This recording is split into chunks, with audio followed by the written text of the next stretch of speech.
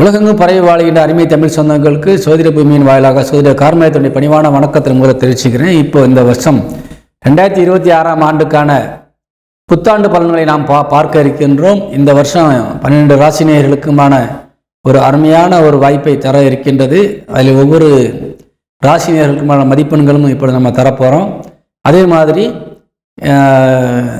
இந்த கடந்த 2025ஆம் ஆண்டிலே எனக்கு காணிக்கைகள் அனுப்பி பேருதவி செய்த அன்பு உள்ளங்களுக்கு மனம் நிறைந்த நன்றியினை முதல்ல தெரிவிச்சுக்கிறேன். இப்போது இந்த 2026ஆம் ஆண்டில் பார்த்தீங்கன்னா கிரகங்களுடைய பெயர்ச்சிகள் நிறைய இருக்குது. அதை என்னன்னு கேட்டிங்கனாக்கா வழக்கம் போல் சின்ன கிரகங்கள் சுற்றி வரும்போது கண்டிப்பாக வக்கரமாகும், நிவர்த்தியாகும். அதெல்லாம் நம்ம கணக்கீடு இப்போ முழுமையாக பார்க்க வேண்டிய அவசியம் இல்லை. அது வார ராசி பலன்களை பார்த்துக்கலாம். இப்போ இந்த வருஷத்தில் முக்கியமான விஷயங்கள் என்ன பார்த்தீங்கன்னா, குரு பகவான் இப்போ மிதுன ராசியில் இருக்கிறாரு. மிதுனத்தில் வக்கரகதியில் இருக்கார். அவர் பார்த்தீங்கன்னா மார்ச் மாதம் 17ஆம் தேதி குரு வக்கர நிவர்த்தி அடைகிறார். அதுக்கப்புறம் மே மாதம் 26ஆம் தேதி காலையில் ஒரு 11:30 மணி அளவில் உங்களுக்கு கடக ராசிக்கு பயிற்சி ஆகிறார். சரிங்களா? குரு பயிற்சி மே மாதம் 26ஆம் தேதி இருக்குது. நீங்கள் வேறு இதில் பார்க்கும்போது கொஞ்சம் மாற்றங்கள் தெரியலாம். ஆனால் கரெக்டான குரு பயிற்சி எல்லா தேவ ஆலயங்களிலும் குருவுக்கு வழிபாடுகள் செய்வதும் பார்த்தீங்கன்னா மே மாதம் 26ஆம் தேதி தான் இருக்கும். அதை ஃபாலோ பண்ணிக்கோங்க. அதே மாதிரி சனி பயிற்சி வரக்கூடிய மார்ச் மாதம் 6ஆம் தேதி உங்களுக்கு சனி பயிற்சி ஆகிறாரு மீன ராசிக்கு. சரியா?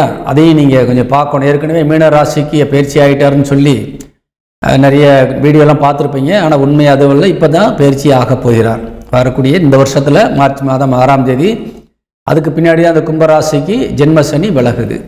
அதே மாதிரி இந்த வருஷத்தில் ராகு கேது பயிற்சியும் இருக்குது. சரிங்களா? ராகு கேது பயிற்சி என்பது நவம்பர் மாதம் 13ஆம் தேதி ராகு கேது பயிற்சிக்குது இருக்குது. அன்னைக்கு மாலை ஒரு 5:30 மணி அளவில் உங்களுக்கு ராகு கேது பயிற்சி கண்டிப்பாக இருக்கும். இப்போ நாம் இந்த கிரகங்களுடைய சூழ்நிலையில் பொறுத்து இப்போ நம்ம 12 ராசி நேயர்களுக்குமான இந்த வருட ராசி பலன்களை காணலாம். கடகராசியை சேர்ந்த அன்பு சொந்தங்களுக்கு இந்த 2026ஆம் ஆண்டுக்கான ராசி பலனை பார்க்க போகிறோம். கடகராசிக்கு பார்த்தீங்கன்னு சொன்னால் உங்கள் ராசிநாதன் இந்த எப்படி இருக்காருன்னு முதல்ல பார்க்கணும்.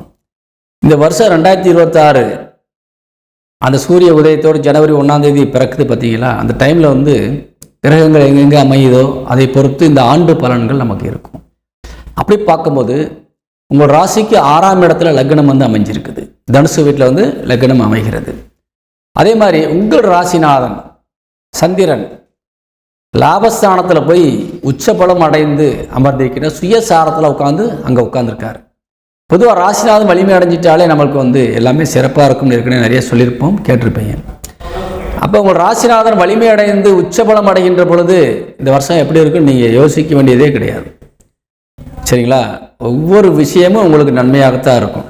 நீங்கள் என்னென்ன நினைக்கிறீங்களோ அத்தனையும் நன்மையாக லாபமாக முடியக்கூடிய வகையில் எண்ணம் போல் வாழ்க்கை என்ற வகையில் ஒரு சிறந்த எண்ணத்தோடு சிறந்த வாழ்க்கையை அனுபவிக்கக்கூடிய வாய்ப்பு 2026ஆம் ஆண்டு உருவாக்கி தந்து விட்டது. அதே நேரத்தில் 12 குடையர் 3 குடையாக விளங்கக்கூடிய புதன் ராசிக்கு 6ல் உட்கார்றார். சரிங்களா? உங்களுக்கு லாபஸ்தானாதிபதி 11 குடையவன் 6ல் போய் உட்கார்றார். அதே மாதிரி உங்கள் ராசிக்கு 5 குடைய பஞ்சமஸ்தானாதிபதி மற்றும் தொழில் ஸ்தானாதிபதி செவ்வாய் அவரும் எதிரி ஸ்தானத்தில் போய் உட்கார்றார். அப்போ நம்ம யார் யார்கிட்ட கவனமாக இருக்கணும் இந்த வருஷம்னா, நீங்கள் வேலை செய்கிற இடத்துல கவனமாக இருக்கணும். அதே மாதிரி உங்கள் சகோதர சகோதரிகள் விஷயத்தில் ரொம்ப எச்சரிக்கையாக இருக்கணும். ரொம்ப அவங்களுடைய பர்சனல் லைஃப்பில் உள்ளே போகாதீங்க. அவங்க ரொம்ப அட்வைஸ் பண்ணாதீங்க. அவங்ககிட்ட இருந்து நீங்கள் கொடுக்குறதோ வாங்குறதோ ரொம்ப கவனமாக இருந்துக்கங்க. சரிங்களா? ஒரு ஷார்ட்டாக சொல்கிறேன். கொடுக்குறது வாங்குறது எதுவாக இருந்தாலும் கவனமாக பார்த்துக்கங்க. சொத்துக்கள் பேசுறது வாங்குறது கொடுக்கறதா இருந்தாலும் நீங்கள் ரொம்ப அவசியம் கவனமாக நீங்கள் அதை கடைபிடிக்கணும். சரிங்களா? சரி, இது எச்சரிக்கையான இருக்க வேண்டிய விஷயத்திற்கு சொல்ல வேண்டிய விஷயங்கள். மற்ற நம்ம எவ்வளவு சம்பாதிக்க போகிறோம், எப்படி நம்ம நன்மை அடைய போகிறோம்னு சொன்னாக்கா அதுக்கு அளவுகோலே இல்லை. அந்த அளவுக்கு நீங்கள் சிறப்பான ஒரு செயல்பாட்டோடு இந்த வருஷத்தில் எண்டில் நீங்கள் கணக்கு பார்த்தீங்கன்னா அருமையாக சம்பாதிச்சிருப்பீங்க, நிறைய சம்பாதிச்சிருப்பீங்க, அருமையாக அதுக்கு காரணம் என்னன்னு கேட்டிங்கன்னா உங்கள் லாபஸ்தானாதிபதி சுக்கிரன் நல்ல ஒரு சிறப்பான கிரகங்களோடு சேர்ந்திருக்கார். உங்கள் தனசானாதிபதியோடு சேர்ந்திருக்கிறார் சூரியனோட. அதே மாதிரி தொல்லிசானாதிபதி செவ்வாயோட சேர்ந்திருக்கிறார். சரிங்களா? அப்படி அவர் சேர்ந்திருக்க கிரகங்களோடு மிக வலிமையான கிரகங்களோடு சேர்ந்திருக்கிறார். அப்போ நல்ல ஆக்டிவோட ஒர்க் பண்ணுவீங்க, ஸ்பீடாக ஒர்க் பண்ணுவீங்க. உங்களுடைய எண்ணமும் சிந்தனையும் சிறப்பு மிக்கதாக இருக்கும். புதனும் அடைஞ்சிருக்கார். ஆனால் எல்லாரும் என்ன செய்கிறாங்க? 6ஆம் இடமான எதிரி ஸ்தானத்தை பார்க்குறாங்க. இந்த ஸ்டார்டிங்கில் வருஷத்தினுடைய துவக்கத்தில் 5 கிரகங்கள் உங்கள் ராசிக்கு 12ஆம் இடமான விரயஸ்தானத்தை பார்க்குது.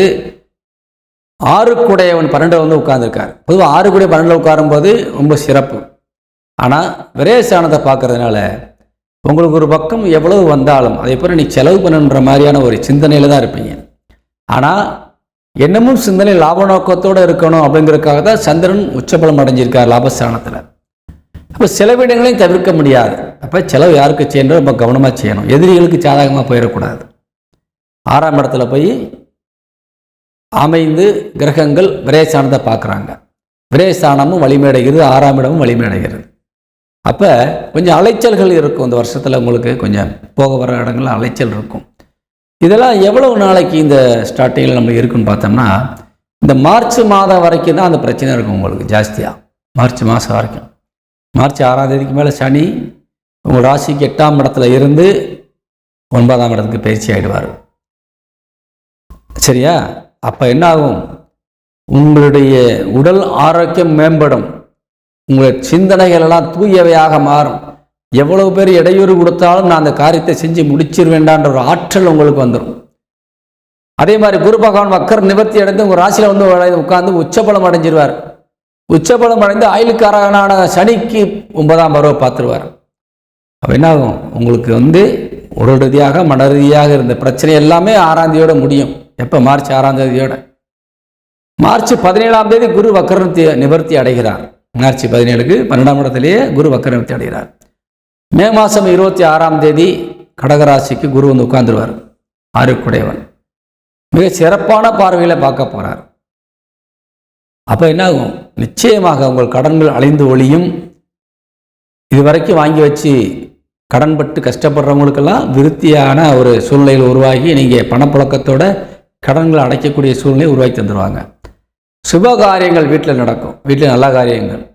அதே மாதிரி நீங்கள் சொத்து ஏதாவது வாங்கணும் ஆசைப்பட்டீங்கன்னா 100% வாங்குவதற்கான வாய்ப்பையும் கொடுத்துட்றாங்க. இது வரைக்கும் சனி பகவான் முட்டுக்கட்டை போட்டு தடுத்துக்கிட்டே இருந்தார். ஏன்னா உங்கள் தனஸ்தானத்துக்கு 8ல் சனி உட்கார்ந்து வாக்கு ஸ்தானத்தை பார்த்துட்டு இருந்தார். எங்கே போய் என்ன கேட்டாலும் உதவி கிடைச்சிருக்காது. கடகத்துக்கு ஒரு சின்ன உதவி கிடைக்கிறது கூட 10 பேர்கிட்ட கேட்க வேண்டியது இருக்கும். சும்மா ஒரு 1000 ரூபாய் பிரச்சனை தான் இருக்கும். அது ஒரு 10 பேர்கிட்ட கேட்டு நம்ம வாங்க வேண்டியது இருந்திருக்கும். சரிங்களா? அது மாதிரி ஒவ்வொருடைய ஸ்டேட்டஸை பொறுத்து நீங்கள் கஷ்டப்பட்டுருப்பீங்க.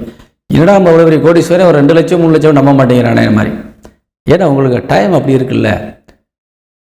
அவங்ககிட்ட எவ்வளோ கோடி இருந்தாலும் உங்கள்கிட்ட பணத்தை கையில் எடுக்க முடியாத சூழ்நிலை இருந்திருப்பீங்க. ஆனால் இனிமேல் அப்படி இல்லை. உங்கள் பணம் உங்கள் கைக்கு நீங்கள் செழிப்பமாக புழங்கக்கூடிய வகையில் அமையும். அதே மாதிரி இந்த கடகராசி சேர்ந்தவங்களுக்கு இதுவரைக்கும் இல்லாத இருந்த அவமரியாதைகள் எல்லாம் இனிமேல் தீர்ந்துடும். நல்ல மரியாதை கிடைக்கும். ஏன்னா உங்கள் ராசிநாதன் உச்சமாயிட்டார். லாபஸ்தானத்தில் உச்சமாகிறார். அப்போ எப்படி இருக்கும்? நிச்சயமாக உங்களுக்கு மரியாதை கிடைச்சிடும். எங்கே போய் என்ன கேட்டாலும் உதவியும் கிடைச்சிடும். அதனால் இந்த குரு உச்சம் நமக்கு கடகத்தில் மே மாதம் ஆனது பின்னாடி உங்கள் வாழ்க்கையில் ரொம்ப ரொம்ப மாற்றம் இருக்கும். மார்ச் 6ஆம் தேதியிலேருந்து ஆரம்பிச்சிடும். சரிங்களா? அது வரைக்கும் கொஞ்சம் கவனமாக போகணும். அப்போ இன்னும் நான் கஷ்டப்படணுமா அந்த வருஷம் பிறந்த பின்னாடின்னு நினைக்கிறீங்களா? இல்லை இல்லை. இனிமேல் நடக்கிறது இது வரைக்கும் இருந்ததை முடித்து ஒரு கெட்ட காரியங்களாம் முடிச்சுட்டு நல்ல காரியம் நடப்பதற்காகத்தான் இருக்கும். இனிமேல் நீங்கள் பட போகிற கஷ்டம் ஒரு 2 மாதம் நீங்கள் அடுத்து 10 மாதம் சுகமான வாழ்வதற்காக இருக்கும். இது வரைக்கும் நீங்கள் பட்ட கஷ்டம் எதிரிகளுக்கு சாதகமாக இருந்திருக்கும். கடனுக்காரன் திண்டு போயிருப்பான் நிறைய காசுகளை. உழைச்சும் பிரயோஜனம் இல்லாமல் இருந்திருக்கும். ஆனால் இனிமேல் அப்படி கிடையாது. இனிமேல் வரக்கூடிய வாழ்க்கை என்பது உங்களுக்கு மேன்மையை தரக்கூடியதாக சிறப்பானதாக மாறும்.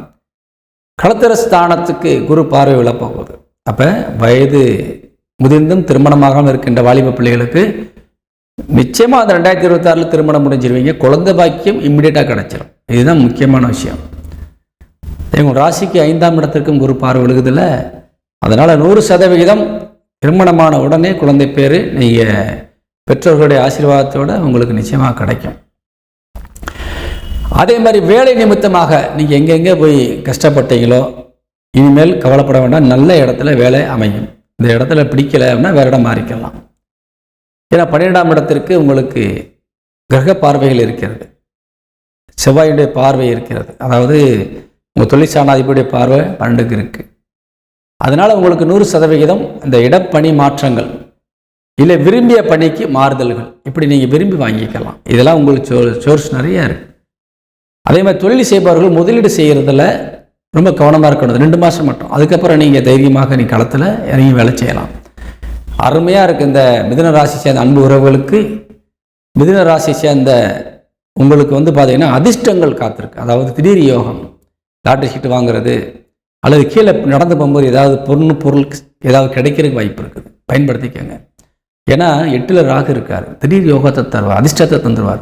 சனி அங்கே கண்ட்ரோலில் வச்சுக்கிட்டே இருக்கார். சனி இப்போ மே மாதத்துக்கு மேலே, மார்ச் மாதம் மேலே வெளியில் போயிட்டாருன்னா ராகு ஃப்ரீ ஆகிடுவார். அப்போ 8 ராகு, 8ஆம் இடத்து ராகு உங்களுக்கு திடீர்னு யோகத்தை தந்துடுவார். ராகு கொடுக்குற மாதிரி யாரும் கொடுக்க முடியாது, சரியா? அந்த மாதிரி 8ஆம் இடத்தில் அமர்ந்த ராகு அதிர்ஷ்டத்தின் மூலியமாக உங்களுக்கு ஏதாவது செஞ்சிருவார். அதனால் இந்த வருஷம் உங்களுக்கு அதிர்ஷ்டத்தின் மூலியமாக ஏதாவது கண்டிப்பாக கிடைக்கும். பயன்படுத்திக்கோங்க. எங்கேயாவது போனே வந்தீங்கன்னா கவனமாக சுற்றி முற்றி கீழே ஏதாவது கிடக்கான்னு பாருங்கள். ஒரு பொருள், நல்ல விலையுயர்ந்த பொருள் கண்டிப்பாக உங்கள் கண்ணில் மாட்டோம், சரியா? அது கண்டிப்பாக எப்போ நடக்கும்னா இந்த மார்ச் 6ஆம் தேதிக்கு மேலே கண்டிப்பாக நடக்கும், சரியா? பயன்படுத்தி கொள்ளுங்கள். அதே மாதிரி குரு மே மாதம் உட்கார்ந்துருவார், அதுக்கு பின்னாடியே கண்டிப்பாக நடக்கும்.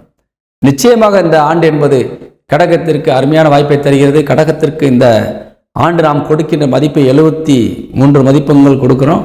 அதை நீங்கள் பயன்படுத்தி கொள்ளலாம். நிச்சயமாக நல்ல காரியம் நடக்கும். இந்த வருஷம் முடியும் போது உங்களுக்கு தெரியும் நான் பேசினதில் எந்த அளவுக்கு நீங்கள் அனுபவிச்சிருக்கேன்றதை கண்டிப்பாக நீங்கள் பார்ப்பீங்க. வணக்கம்.